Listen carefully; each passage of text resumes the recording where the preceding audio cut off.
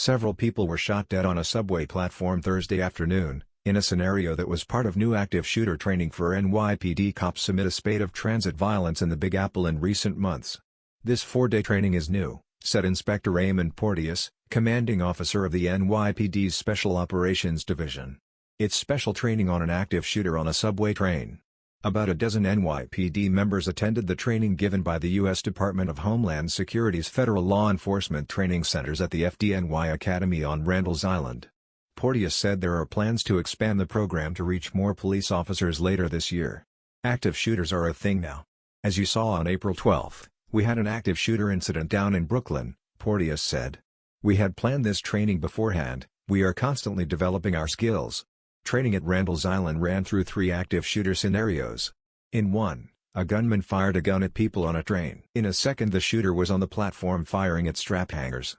And in a third, he was involved in a domestic dispute on the subway and repeatedly stabbed a woman throughout the body. In all 3, police officers shot and stopped the shooter. "We did a tremendous amount of research into your April shooting," C.J. Taylor of the Federal Law Enforcement Training Centers told reporters. "Back to the canisters used to smoke the train and basically like jump train after train to escape." In the platform scenario, the shooter, played by Sergeant John Palermo of the Transit Bureau, fired at male and female actors before police arrived and shot him dead. The officers then handcuffed the shooter, tended to the patients and carried out an injured man. "As soon as they stopped killing, we recovered the suspect," Taylor said. "Then they left and proceeded to putting on tourniquets."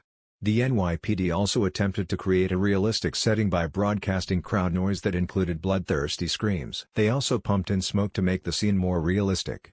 We want officers to feel like they're in a real environment," Taylor said. "That's it for today. It is important to get officers used to it."